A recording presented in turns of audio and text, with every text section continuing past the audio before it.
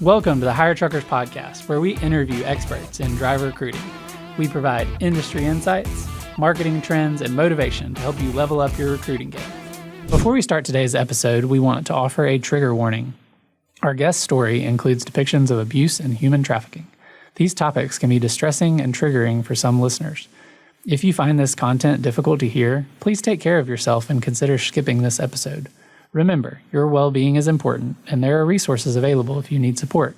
We will speak more about these resources throughout this episode. Welcome to the Hire Truckers podcast. I'm your host, Craddock, and today we have with us Micah Larson with Truckers Against Trafficking. I'm super excited about this chat today, and I've been praying that we actually, save lives just as a result of this episode, like in terms of raising awareness, and even if it's just one life, getting them out of trafficking. Just a warning, this is sensitive content in that we're talking about trafficking, human trafficking. And so if you don't want to listen, I would recommend dropping off now. Thank you so much for joining us today. So a little bit of background on Micah Larson. So Micah joined Truckers Against Trafficking a little while back and specifically works with the Freedom Drivers Project exhibit. And so I was first exposed to that exhibit at the Mid-America Truck Show years ago. And I just remember how gripping it was going in and, seeing the different artifacts from survivors and trafficking. And it's actually really cool. It's like inside a tractor trailer, and you can go in and see different videos about survivors and just learn a little bit about it. And so I'm super excited. This is a little bit different than our typical show. However, I just think it's important to the trucking industry. And I kind of share in this passion of just raising awareness, like hard things happen in the world and we should be aware of it. Like we shouldn't just live under a rock. We should know it's happening and be aware and be vigilant. So I hope this inspires you today and makes an impact on lives. So let's start out, Micah, with just defining what human trafficking is. Like, what does that actually look like? Absolutely. Well, in short, we say that human trafficking is modern day slavery. That's the short definition. But the long definition, the actual definition, is that human trafficking is the exploitation of human beings through force, fraud, or coercion for the purposes of either commercial sex. And when I say commercial sex, I want you to think prostitution, stripping, pornography, brothels, and most typically pimps, as well as forced labor or labor trafficking. And, think sweatshops, agricultural fields, workers not being paid for their labor or being held against their will, or being forced to work long hours. And all of this is being driven by a trafficker or a victimizer. This is the person who is in control and is making a profit off of somebody else's labor. This is human trafficking, and it is indeed modern day slavery. Yeah, my first exposure to where I kind of became aware that this was such a big problem was I studied abroad and then did some mission work like in Thailand years ago. And it's just such a big industry there. I think the stat is like there was more brothels than schools, and it's just a multi-billion-dollar industry. And then I was kind of surprised when I got back to the United States that it's the biggest consumers of child trafficking. I was reading a stat yesterday with another organization that like the biggest consumers are in the United States, and of 150, it's like $150 billion annual industry. So I mean, this is everywhere. Yeah, and I think a lot of people who don't understand human trafficking right away think it's something that happens far away. When in actuality, like you said, it happens everywhere. It happens all over the globe. You're right. It is a $150 billion industry a year, and 50 million victims are impacted globally every year as well. So, Micah, kind of the next question I have for you is just tell us a story. Like, I want people to actually relate to this. And when we were chatting last week, you said you guys have a program or an award called the Harriet Tubman Award. And so if you can kind of tell me about a recent recipient of that and just a little bit about that story, just so we can make this a little more personal.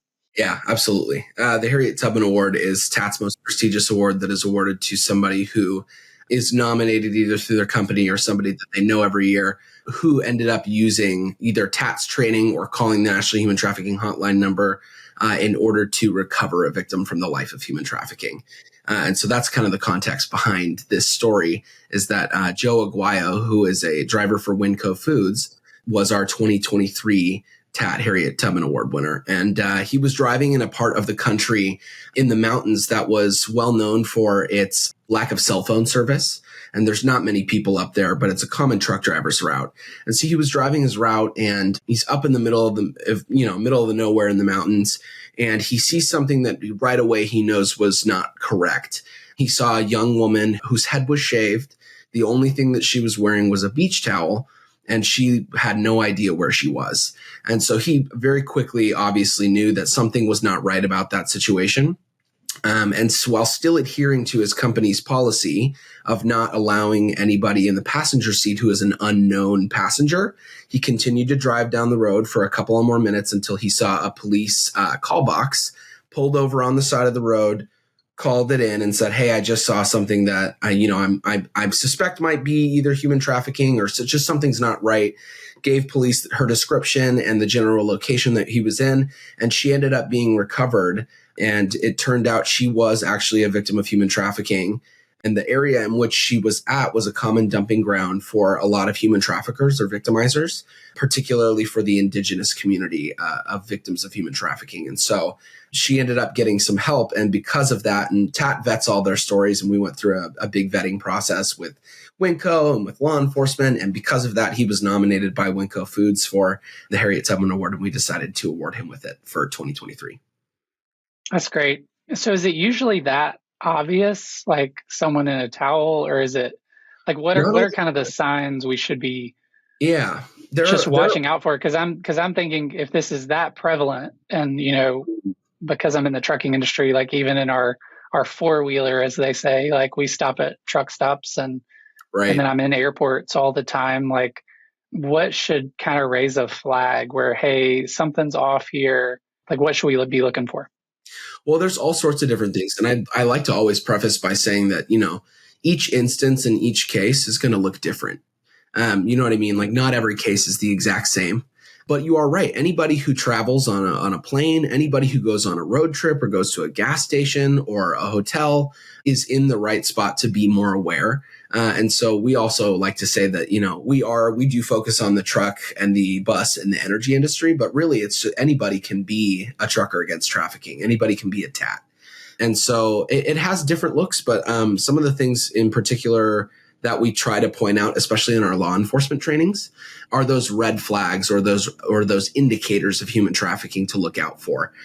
Sometimes somebody has been branded with an inappropriate tattoo because victimizers will brand their victims with either a tattoo or something like that claims ownership around them. So there have been several instances of a story of a police officer who has pulled over a car and saw a really inappropriate tattoo that just doesn't really make sense for somebody as young as they were to have it. It's also things like, try and pay attention to the age of that person. Does this person look like they're maybe supposed to be out by themselves without their parents? Or we also like to say, pay attention to the kind of clothes that they're wearing. What does the weather look like? And do those two things correlate, right? If it's really cold outside and you see somebody who's really young and she's wearing not a lot of clothes, or he's wearing not a lot of clothes, or, they've been caked in makeup, right?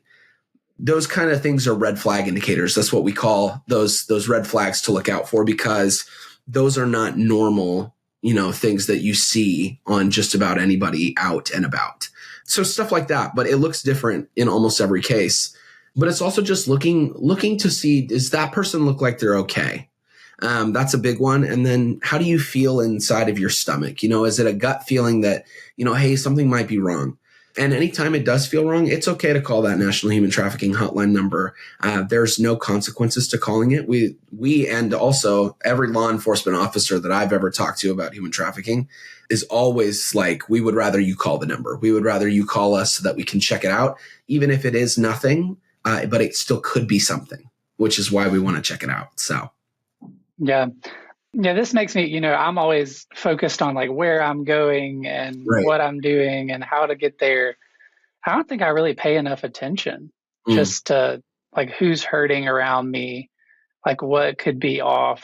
And yeah, like just the Yeah, just I think the aim of this show is like, what if even, one life could be saved, one person could be kind Yeah. of brought out of this.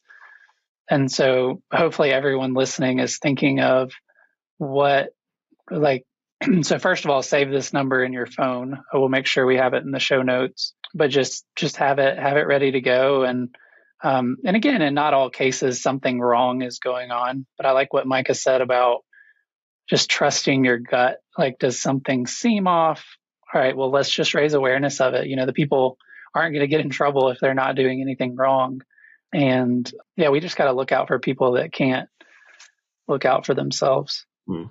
So, Micah, when I was speaking with you and Brandy last week, which I really enjoyed speaking with both of you, just you said you've gotten to being a part of, like, your job within TAT or Truckers Against Trafficking is a little unique in that you get to work with the mobile driving unit, and you actually get to talk to drivers at different truck shows, like coming up the Mid America Truck Show. I know you guys will be at that. Shout out! I hope y'all go see Micah and Brandy at the booth. But you get to talk to truckers and like hear their stories. Like, what's something that kind of jumps out, either a pattern of kind of what different truckers have shared, like what they've seen or been exposed to, or gotten out of a situation, like some type of personal Yeah. story. Just like, what have you kind of noticed just firsthand talking with drivers? Well, I would say number one, the first thing that I've noticed with truck drivers and those industry professionals is that they're some of the best people I've ever met. I mean, truckers are so passionate about what they do, and the transportation industry is such a big industry, and they're so proud to be a part of it. So I would say that's the first thing I noticed. But the other part of it is that they're always willing to go through the trailer again, or to, oh, hey, I know about y'all. Let me go grab the rest of my family and we'll go through the trailer. Truckers, one of the reasons that the founder of TAT really identify with the trucking industry was because she knew that they would take the matter personally. She knew that they would take this issue upon themselves to take up arms, if you will, and join the fight against human trafficking, take that training and really take it seriously. And I would say that has been the truth in every way that I've experienced it. There have also just been so many instances in which truckers, they'll go through the trailer and they'll say, I wish I had known about this. I wish I had known about you guys years and years ago, because there have been times where I've been at a truck stop, or there have been times when I've been out on the road, or, at a hotel or at my drop zone, and I've seen something that's not right, or I've had a knock on my cab door. And I'm so glad that I know about you guys now and that I've taken your training, or, I'm so glad that I've discovered about you guys today, so that I can go and be really passionate about this. So, Micah, my next question is, I know you and Brandy get to talk a lot to survivors as you guys are at the show in that mobile unit. What are some takeaways, whether it's patterns that you've noticed in talking with different drivers, or just what's something that kind of sticks out from talking with truckers at the different shows? They're very passionate, and a lot of them are so funny. But every time I notice at a truck show that they'll go through the trailer, or, that they're like, oh, Truckers Against Trafficking, we've heard of you guys, or I take your training every single year. They're always like, let me go grab the rest of my family to come through the trailer, and so we can get as much exposure as we can. Or they just really care about the issue. And so, having them say, like, hey, I wish I had known about your guys' training years before, or I wish that I had, heard about you guys like 10, 20 years ago, because I've had somebody knock on my cab door, or because I've seen something that I just didn't feel right a long time ago. It just goes to show that, the training that we have created for the trucking industry and the bus and the energy industry are being put to good use. And it shows that it's working in the real world, which is always really great to see, because I forget that a lot of the other members of our staff don't get to experience talking to truckers on a day-to-day basis. And so it's a great reminder every time I get to talk to somebody from the transportation industry that our work is being put into action. That's huge. Yeah. And you really don't know, like, you'll never really know the scale of the impact. Right. Because, a lot of people will never share their story with you, or, I mean, it is, just kind of a work of like, hey, we're going to put the training out there. We're going to raise awareness, Yeah. and and we don't know exactly what's going to happen. But it's just cool that you guys have been doing that for a long time. And how many people does TAT or Truckers Against Trafficking have on your team? We have about 20 people, so we're a very small but mighty force. Yeah, that's awesome. That's just cool that you have 20 people just dedicated to a cause like this. So speaking of that, like how long has Truckers Against Trafficking been around? And like give me a little bit more history and context of how the organization first began. 100%. So we've been around since 2009, and the original creator, the original founder of Truckers Against Trafficking was a woman who read a book called Not for Sale, which is about human trafficking still being a rather large issue in the United States, but really around the globe as well. And she was mortified, to say the least, about how big the issue still is in the modern day age. And it really touched her. And so she called her 4 daughters up and said, hey, I'm telling you to read this book. I really want you guys to read it so that we can get together and kind of discuss what we can do about it. Because I truly think that we just as people, we could do something about this issue. So the 4 daughters read the book. They all got together. And that idea, like I said, that idea of the trucking industry being a good industry to start with came from her in her mindset, because when she was really little, her parents owned a bed and breakfast in Texas, and a lot of truckers would stop to have breakfast and hang out with her parents. And so there were a lot of truck drivers around her childhood that were always so nice to her. And that she always said that they had kind of felt like family, you know? And so she knew that, again, they would take the matter personally, and they would do everything they could as an industry to, you know, back the mission of what she was trying to do. So it started as a Christian ministries called Chapter 61 Ministries. And they worked really, really hard to get it off the ground, because like anything in the beginning, it's tough for something to, you know, to take off. And so once they started really, you know, hitting the ground running, it quickly became too big to be just a Christian ministries anymore. And so that's when it became a nonprofit and became Truckers Against Trafficking. And so we've been around since 2009, which is just, it's crazy to see the amount that the company has grown from that time to now, and seeing all that we've done, but also seeing all that's still left to be done too. Yeah. Where do you get funding? Like, is this government funded through grants, or how do you?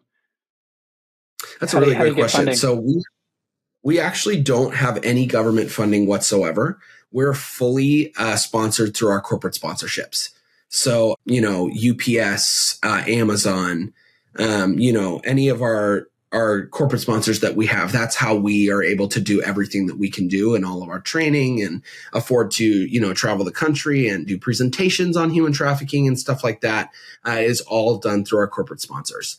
So we are very thankful for them pretty much every day for their gift to us and their belief in our mission statement and the work that we do, because that is exactly how we operate on a day-to-day basis. Yeah.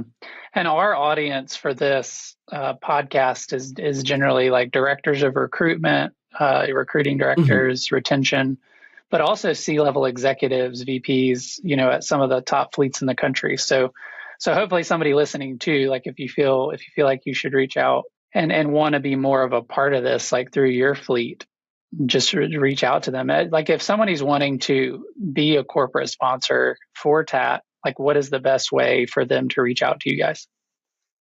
Well, the best way is to go to our website at www.truckersagainsttrafficking.org. And our full staff and all of our information is on there. And so you can reach out to any one of us as a staff member. You could reach out to me and my email or my phone number and say, hey, we're this company, and we heard you guys on the podcast, and we would love to do something about it or become a corporate sponsor. And absolutely, we would love to make that happen. Yeah.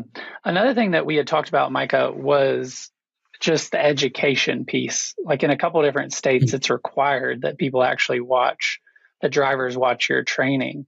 Right. Like how does that work also if fleets want to implement that training and that education, like with all of their drivers, just as an initiative? Yeah, absolutely. And that's a good point. A lot of companies, before they're even a corporate sponsor, we'll just say, hey, we're just interested in your training. We want to implement your training, and that's how we want to support you. And that is totally okay as well. We love that people want to use and utilize our training. And it's the same thing. You reach out to any of us on staff, and we'll get you set up and started with that. But it's fairly simple process. You download it to your ELD or whatever system that you use, and make it a part of your regular training. And we have got a lot of positive feedback on our training and how easy it is to use and implement it into their systems. So one of the things you'd mentioned, Micah, in our pre-call is the different industries that you work in. So it's expanded a little bit outside of trucking. So can you talk a little bit more about just the industries you guys are working in now, and just what different programs does TAT do? Yeah, that's a great question. So even though our name is Truckers Against Trafficking, and we did start in the trucking industry, we're really so much more than that now. TAT recognized the importance of the busing and the energy industries as well. And so we have full on different programs for those industries as well. So like, for instance, I was just recently at a coalition build, which is another thing that we do in Carrizo Springs, Texas, which was an energy coalition build. So there were members of a bunch of different energy companies in the area that are, in the area for oil. And it was near the border. So there was border security, and there were FBI agents and local law enforcement that had gotten together. So our energy industry is a very important one. But then we also have our Busing on the Lookout program, as well as our Youth on Transportation, because we recognize that, like you said, human trafficking is a big problem everywhere, even in the United States. And so there are kids who are being, a victim of human trafficking on a day-to-day basis. And those kids have to go to school, right? So training school bus drivers to be able to recognize if maybe something's off with one of the students that drives on their bus is something that, one of the initiatives that we've taken on. We also train law enforcement officers as well.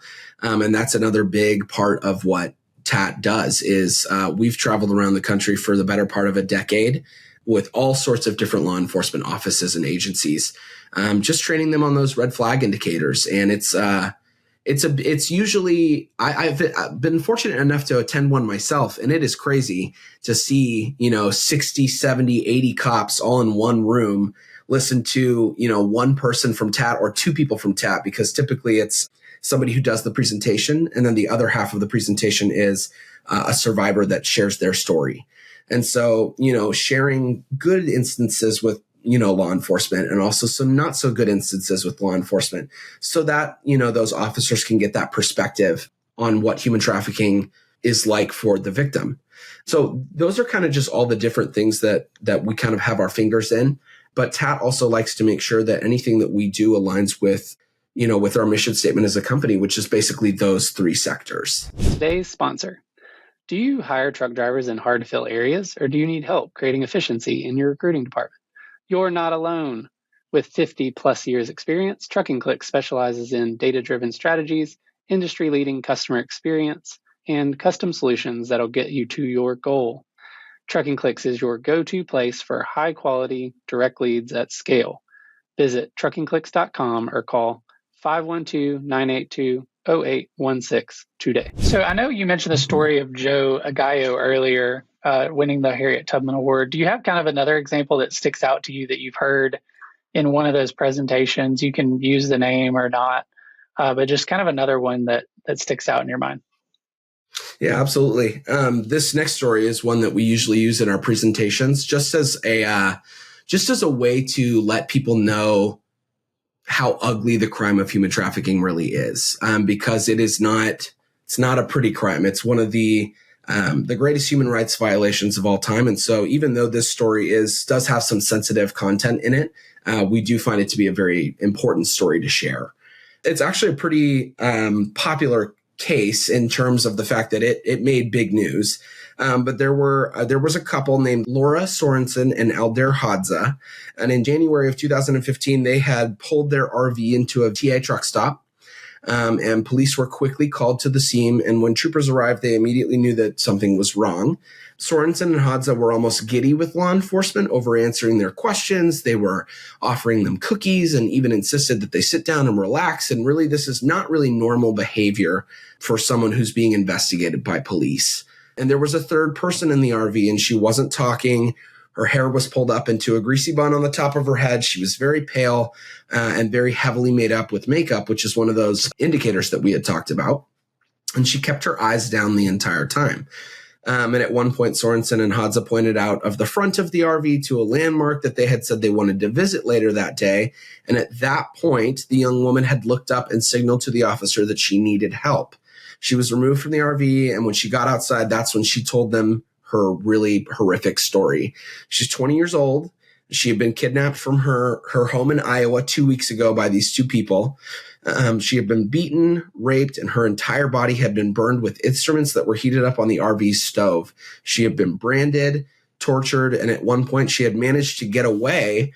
But when Sorensen and Hadza had tracked her down, they actually jammed nails into her feet so that she wouldn't be able to run away again. She was being sold through Craigslist ads that they were posting of her, and men were just coming to the RV that had paid to have sex with her. She hadn't eaten in a week and couldn't remember the last time that she had had anything to drink. And at that point, she felt as though she was literally going to die. And if that call had not been made to bring law enforcement out to the RV, the doctors actually said that she would have died from malnutrition and the torture that she had suffered. And again, it's a brutal story, but that is what sex trafficking looks like in our country, which is why it's a really important story that we do share. Yeah, that's hard. Yeah, hard for me to hear. And I think we should just think about just like, this is reality. Like, this isn't like a TV show that you're watching. Like, a lot of times we become desensitized. Like this is real. That's like a real life saved. And so I would say, like, if this, story grips you and you have, like run a recruiting department or an executive, like reach out to Truckers Against Trafficking, go to their website, connect. Also in the show notes, we'll have Micah's info and how you can get in touch with them. But yeah, that's kind of the next step. Is it's one thing to like get all the kind of like in the recruiting world, like we get all this info, like how can we improve our recruiting processes? How can we hire more drivers? And then, sometimes we don't execute. Well, this is a similar thing. I mean, but this is more important than that. Like, this is more important than growing your fleet. Like, this is about saving lives. And so, and helping people that don't have a voice. And so, yeah, I would just encourage all of you guys, like, to just, hey, if you feel prompted, like, reach out to these guys. You might not now know how you can implement their training, or if you should have them come in speak, or if your fleet can give financially, but it doesn't really matter. I would just say reach out to Micah and his team. I had great conversations with Micah and Brandy, and yeah, I just encourage you guys to reach out. So, well, thank you so much, Micah, for your time today, and yeah, just for supporting this amazing cause and doing this as your career. That's just really cool. I look forward to seeing you. I don't know if it'll be at the Mid America Truck Show or some other event coming up this year, but look forward to sitting down and chatting more and talking about how we can have a bigger impact through our network. So thanks again, Micah. And thank you so much. Yeah, thank you so much for having me on the podcast. I really appreciate it. I appreciate it. Thank you for joining us today. Our goal with the Hire Truckers podcast is to provide industry insights, marketing trends, and motivation to level up your recruiting game. If we added value, take a few seconds to share this with your network. Have a great week.